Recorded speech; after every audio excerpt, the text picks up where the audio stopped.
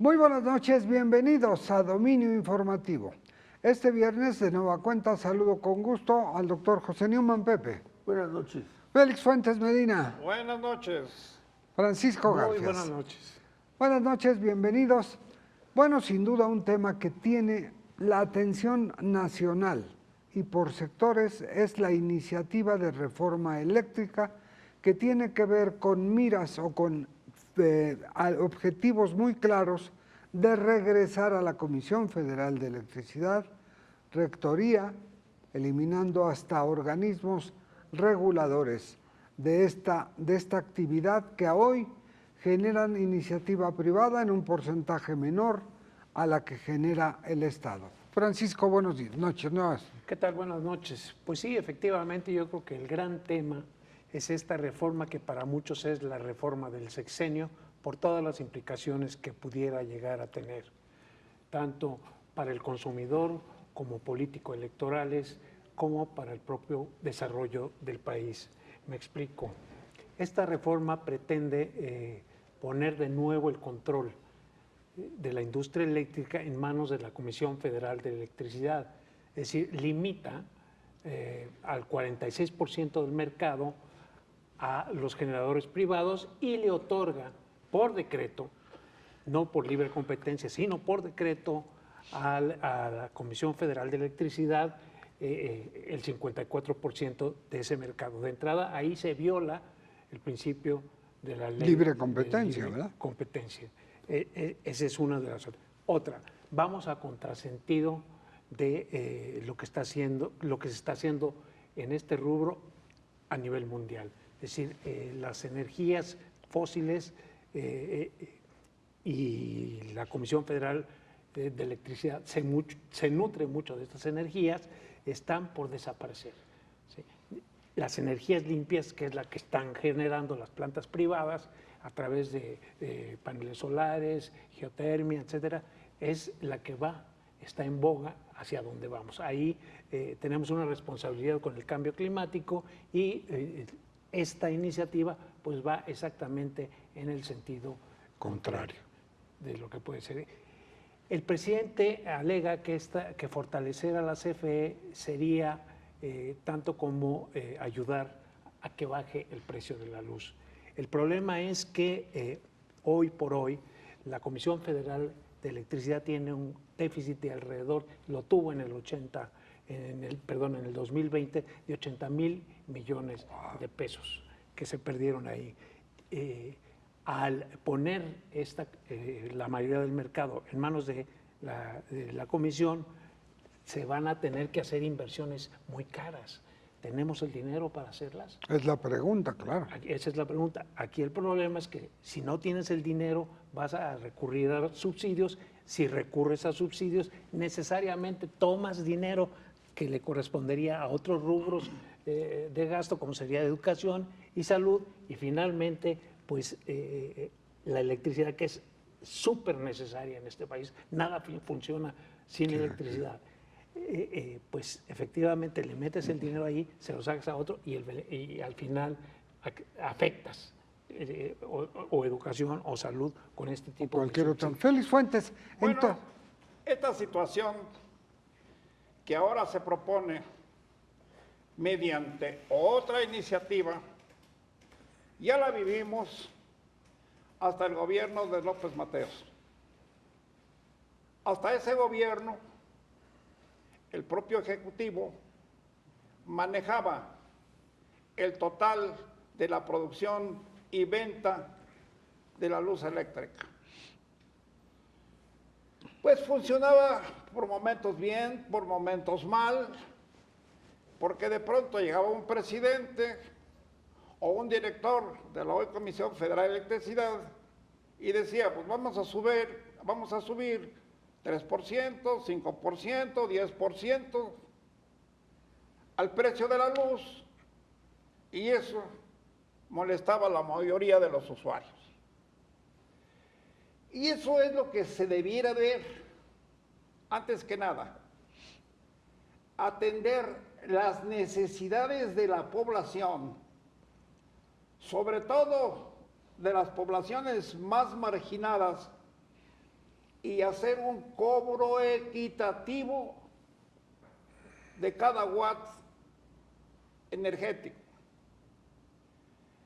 No se trata de cobrarle más a unos y cobrarle menos a otros, no. Lo importante es que se hagan los cobros conforme a lo que realmente cuesta producir la energía eléctrica y que pues los empresarios y el gobierno mismo se lleven una ganancia sin exagerar, sin hincarle la uña a quienes necesitan fundamentalmente la electricidad en los lugares pobres, en los lugares marginados. Cuando López Mateos nacionalizó, así se dijo, pero que no fue propiamente una nacionalización de la electricidad, bueno, empezaron a ser otorgados contratos a los particulares para la producción energética. Y más o menos funcionó esto. Es decir, una parte el gobierno produce y vende la electricidad incluso a los propios empresarios, o los empresarios costean, construyen plantas y manejan y producen su propia electricidad.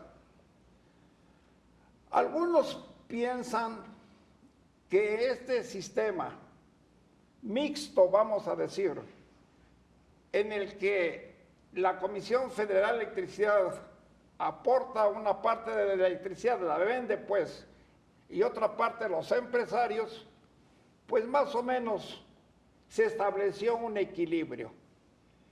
Pero si vamos de regreso, como les decía, con otra iniciativa, y ahora para que sea el gobierno, sea el Estado, el que maneje toda la energía eléctrica y sea el que la venda a los particulares, yo la verdad tengo mis dudas, Raúl, de que esto pueda ser eficiente y pueda ser lógico. Pero bueno, ya está echada ahí la reforma, vamos a ver hasta dónde llega con los congresistas y qué se puede sacar de esto. Pepe Newman, en todo esto te ha quedado claro que se requeriría, en caso de ser aprobada, inversiones para poder generar desde la Comisión Federal de Electricidad más energía, descobijando, diciéndolo coloquialmente, otras áreas importantes del desarrollo nacional. ¿Cuál es la lógica que se entendería con una propuesta así ante una realidad así? Mientras los escuchaba, reflexionaba que una iniciativa es un ordenamiento muy complejo y se antoja muy difícil poder entrar al detalle en un programa tan corto, ¿no? Entonces me voy a permitir hacer 3 comentarios breves recogiendo la pregunta que me haces. Yo creo que la primera es, la iniciativa plantea una serie de cambios y cada uno de esos cambios traerían consecuencias económicos, operativos, de inversión. Y todas esas preguntas resultan de difícil respuesta. Mientras el presidente dice que él tiene las respuestas, existen otras personas que dicen no hay respuestas o las respuestas no son favorables. De aprobarse así vamos a ir a una situación llena de problemas. No me detengo en el detalle porque resulta muy complejo. Uno de ellos es el que tú dices, ¿no? Si hace falta dinero en este nuevo marco, ¿de dónde va a salir? Si se toma de otro dinero malo porque se descobija, y si no, ¿de dónde va a salir? No es el único punto, pero el punto número 1 es, esta iniciativa tiene implicaciones que se antojan grandes, graves, complicadas, difíciles y no necesariamente positivas, dirían los críticos. La segunda aseveración es, un signo que tiene esta reforma es ir en contra de la última reforma de hace 6 o 7 años. Entonces estamos hablando de una reversión. Estamos no solamente adicionando algo nuevo, sino yendo en contra. Esto quiere decir un cambio en las reglas del juego. Si el mercado energético ha venido funcionando en los últimos 6 años en el marco vigente, cambiar las reglas del juego va a traer sin duda otro tipo de complicaciones. Frente a eso, ¿no? Habemos quienes pensamos que las complicaciones no van a ser fáciles ni necesariamente van a ser para bien, sino para mal, y por tanto nos preocupa. La posición del presidente es, él insiste, en que la reversión y el cambio va a ser para bien del país. Habemos quienes pensamos que es difícil verlo así, pero él insiste. Y la tercera cosa que quiero decir es, en la medida en que él propone una iniciativa, entonces está a debate en el Congreso, como Félix bien decía. Al partido Morena y sus aliados no le alcanzan los votos para poder sacar adelante, necesita de otros votos. El PAN ya ha definido que él no la votará y por tanto, Movimiento Ciudadano también, y por tanto el candidato a aportar los votos que faltan es el PRI. Entonces una tercera implicación de esta iniciativa es que esto le traslada la pregunta al PRI, ¿no? A ver, defínete, ¿no? La implicación es muy sencilla. Si el PRI votara a favor de la iniciativa, pues la implicación sería, ¿no?, oponerse a aquellos con los que se alió y por tanto la alianza reventaría, ¿no? Sí. Una implicación que no es menor en el escenario político inmediato y futuro. Si por contra se va en contra de la iniciativa, pues contribuiría a preservar la alianza, pero entonces el otro no podría lograr que se aprobara su iniciativa. Entonces, la iniciativa yo creo que es, digamos, permítame la expresión vulgar, es un lance del presidente que pone en cuestión muchas cosas. Pone en cuestión la relación con el sector privado, pone en cuestión la subsistencia del marco jurídico vigente, pone en cuestión los precios, pone en cuestión los costos, pone en cuestión el financiamiento y de paso pone en cuestión el equilibrio entre los partidos en el marco político actual. Por tanto, como bien decía Francisco, todo ello le da la característica de ser quizá la iniciativa más importante del sexenio, por lo que está en juego. Ahora bien, el PRI toma o adquiere un papel relevante en esto porque es un partido, podemos llamar bisagra, por sus 78 legisladores que pueden decidir, 70, ¿sí? Si es aprobada o no. Ahora bien, causas y efecto de todo esto en el escenario de aprobarse. Francisco. Bueno, causas y efecto en el tema político electoral, pues están claros. En primer lugar, si el PRI decide, al final de cuentas, darle los votos que necesita López Obrador, necesariamente esto va a impactar en la alianza Va por México que tiene con el PAN y el PRD. Esa sería una primera consecuencia. Hacia adentro también habría problemas porque hay un buen número de legisladores que no están de acuerdo con la iniciativa. Sin embargo, la cúpula, que hay que reconocerlo, se ha manejado hábilmente en este tema. Al no definirse, se convirtió en el centro de la atención. Todos los reflectores están puestos en qué va a hacer el PRI, porque el PRI finalmente es el partido bisagra, es el partido que va a decidir si hay reforma o no hay reforma. Correcto. De esa decisión, y no exagero, depende también la existencia del PRI. Es decir, si tú le das los votos a López Obrador, rompes este bloque que se armó y que más o menos de alguna manera, ¿no? ¿Sí? En las elecciones del pasado mes de junio, pues alteras todo el modelo y obviamente muchos priistas, los que, digamos, siguen en la doctrina del nacionalismo revolucionario, que en su tiempo era justificable, hoy son otros tiempos, ellos siguen creyendo que ese debe ser el camino, y los que ahora adoptaron el famoso liberalismo social, como lo llamó alguna vez el presidente Carlos Salinas de Gortari. Yo me atrevo ahorita a pronosticar que va a haber una división adentro. Creo que al final el PRI votará a favor porque ahí puede, este silencio, esta indefinición, este impasse, les permite negociar en posición de fuerza. Como los necesitan, obviamente pueden sacar mucho más de la negociación, pero ojo, también pueden negociar impunidad. Poner en riesgo.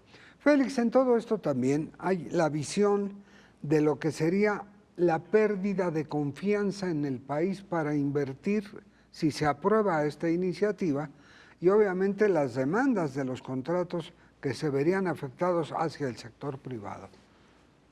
Raúl, esta pérdida de confianza generalmente sucede con ese nuevo estilo de varios sexenios al actual, de mandar una iniciativa y de mandar otra iniciativa, y de cambiar esto y de cambiar aquello, aunque tenga o no resultados lo que inicialmente se pretende.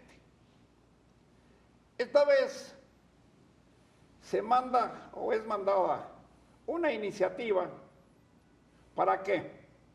Pues para que el gobierno recupere el control total de la producción y venta de electricidad. Ni va a poder, ni va a ser fácil esto, porque se requiere muchísimo dinero para hacer nuevas plantas y para ampliar un sistema de ventas del cual carece el gobierno o lo tiene muy a la mitad. Mucha gente se pregunta, ¿estaba funcionando el sistema eléctrico con una parte del gobierno y otra parte del sector privado? Y la mayoría dice que sí. Y entonces viene la pregunta. Entonces, ¿para qué es este cambio? ¿Con esto van a bajar o se van a mejorar los precios de los recibos de los consumidores? ¿O van a encarecerlos? ¿O de qué se trata? Y claro, muchos de los usuarios que conocen perfectamente al nuevo o al actual director de la Comisión Federal de Electricidad, a Manuel Bartlett, dicen, cuidado, a donde llega el señor Bartlett, algo va a pasar. Fundamentalmente, aumentos de precios, cobros elevados y etcétera, etcétera, como se vio en el gobierno de Puebla y como se ha visto en otras posiciones donde ha estado. Esta es la desconfianza. Yo me supongo que el señor presidente de la República pues autorizó al señor Bartlett para que hiciera un presunto nuevo estudio, otra iniciativa, y esa iniciativa ya está en el Congreso y vamos a ver cómo los congresistas reaccionan, si van a estar o no de acuerdo para votarla. Seguramente va a estar muy dividida esa iniciativa. Habrá partidos o habrá congresistas que quieran o que no quieran esta iniciativa. Y bueno, como ya lo hemos dicho también en otras ocasiones, los diputados, los senadores votan de acuerdo también con sus propios intereses o a quienes representan. Y ese peligro se puede dar aquí y a ver cómo nos va con esta otra nueva iniciativa. Pepe Newman, no cabe duda que el público, el que nos hace favor de vernos, los usuarios que somos todos de la energía, nos preguntamos hasta dónde nos puede beneficiar o hasta dónde no, o qué va a ocurrir con la maquinaria que tiene avanzando este país, porque pues el término de que sin electricidad no hay nada es real. ¿Cómo interpretar o cómo decirle a los consumidores en qué estamos en este momento cuando el líder del Senado, Ricardo Monreal, dice que a esta iniciativa pues se le puede meter la mano por las controversias que ha generado y las posiciones manifiestas? Yo creo que tu pregunta resulta muy importante pensando en nuestro auditorio, que finalmente somos los ciudadanos que usamos y pagamos la luz. Finalmente esa es la gran pregunta, ¿no? ¿Nos conviene o no? Insisto, es un tema de debate. No quiero decir que está zanjado. El presidente le ve muchas ventajas, él, ¿no? Incluso piensa que los escollos que se le plantean como objeciones, él los va a salvar. Lo que no queda claro es cómo los va a salvar, cuáles son estos, ¿no? Si se ahuyenta, si se desdice el pacto con la iniciativa privada que actualmente está funcionando, la implicación será pues que entonces haya menos inversión. El país necesita inversión. Si no hay inversión privada, no hay generación de empleos, y esta iniciativa desalentaría la inversión. No parece ser buena idea, porque ¿de dónde vamos a sacar más empleos? El gobierno no tiene dinero suficiente para producir los empleos que requiere en el país, uno. Dos, si por otro lado la comisión ahora va a tener una mayor obligación de producción, como decía Pancho, eso implica un alto gasto, ¿no? No hay dinero para producir esas plantas. El presidente casi dice Dios proveerá, ¿no? Lo que pasa es que no queda claro de dónde. En el supuesto de que consiga de alguna forma, uno es tomando dinero de acá para prestarlo acá y por tanto habrá un área descobijada. Claro. No se ve bien, ¿no? Si esto va a implicar que se descobije el sistema de salud ya descobijado, el sistema educativo, la inseguridad, no parece ser buena idea. Y por otro lado, lo que tú decías, los precios, ¿no? Si la situación económica no camina bien, pues se traducirá en incremento de precios. Entonces, el usuario, nosotros, las personas que nos ven dirán, pues flaco favor, ¿no? El resultado final fue que subió la luz. Yo personalmente tengo la preocupación de que los augurios no son buenos. En ese sentido, no estoy a favor de la iniciativa tal cual está. Queda la salvedad que tú dices, salvo las modificaciones que hagan en el Congreso, es cierto, no sabemos cuáles vayan a ser. Pero quiero retomar el tema del PRI, ¿no? Si el PRI, que hace 7 años como partido votó a favor de la iniciativa que hoy rige, y no solamente como partido, muchos de los 70 diputados actuales entonces votaron a favor. Si ellos votaran en contra, pues quedarían en una franca contradicción, Claro. ¿no? Lo cual no luce bien. Si una persona se contradice, no es digna de confianza. Si un partido se contradice, no es digno de confianza. Estamos ya a 5 minutos de concluir esta emisión de Dominio Informativo y a modo de conclusión, Francisco, con los elementos aquí expuestos, ¿cómo cerrarías tu participación? Bueno, a mí me gustaría, y esto es más un deseo que una realidad, que hubiera un entendimiento, que efectivamente se le hicieran modificaciones a esta reforma, que no pusieran en peligro el desarrollo, no solo de la industria eléctrica, sino del país. Correcto. Es decir, se puede dialogando.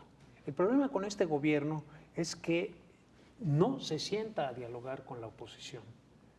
El único que destaca en este sentido es tú lo mencionabas antes de entrar a este programa, es Ricardo Monreal. Monreal es el que trata de armonizar las posturas y sacar un producto por consenso, o sea, todas las fuerzas. Finalmente, algo que apoye todo mundo y que le convenga a todo mundo. Aquí, a mi juicio, está prevaleciendo la postura ideológica que tiene este gobierno. Para mí, tiene mucho más peso lo que el presidente piense que esa iniciativa tiene de parecido con la expropiación petrolera de Lázaro Cárdenas, y al final, ya cuando él esté muerto, queden los libros, aunque él diga que no quiere que le hagan estatuas. Yo creo que él tiene esa gran aspiración de pasar a la historia como el cuarto transformador, mi querido. Bien. Félix, ¿tu conclusión en esto? Ha sido muy común que cada gobierno que llega promete, o cada candidato, que va a bajar los precios de la gasolina o de la electricidad, o que no los va a subir, y que no van a aumentar los precios de la electricidad sobre todo. ¿Por qué lo dicen? Porque es a donde le pega fuerte a las familias, sobre todo la de medianos y menores recursos. Y casi nadie cumple, o nadie cumple. Ya lo vemos en este sexenio, constantemente nos van elevando los precios de los combustibles y de tantas otras cosas. Ya las señoras, cuando regresan de los mercados de ahí en casa, ya no más falta que lloren, porque los que le costaban 40 pesos ya les cuestan 60, y lo que costaban 80 ya cuestan 100, y ha sido en todo y por todo. Ahora bien, si ya estaba funcionando bien, como lo decía yo en mi otra intervención. Este sistema mixto de gobierno y sector privado, ¿para qué meterse en otro problema? ¿Para qué desalentar a los empresarios, como decía Pepe? ¿Y para qué provocar que los empresarios digan, ah, sí, me quitas la concesión, pues hasta aquí llegué y yo no construyo una planta más hasta que esto se defina correctamente y si no lo haces, saco mi dinero del país como de hecho lo están haciendo? ¿Para qué meterse en estos problemas? Pero ahí está. Pepe Neumann, ¿tu conclusión a esto? Me llama la atención, digamos, socarronamente, que esta jugada que el presidente ha puesto sobre la mesa es una jugada, pues, como de apostador, ¿no? Como que juega volados con el merenguero de la esquina, ¿no? Si obtiene los votos del PRI, él saca adelante su iniciativa. Tenga las consecuencias que tenga, visto así, él gana. Si por contra el PRI le vota en contra, él gana. ¿Por qué? Porque entonces su discurso dirá, ¿no? Ven cómo, ¿no? Los fifís, ven cómo el neoliberalismo está en contra de nosotros y del pueblo, ¿no? Y eso le servirá para polarizar su discurso con vistas a la sucesión. Una vez más el dedo flamígero, ¿no? Los malos contra los buenos.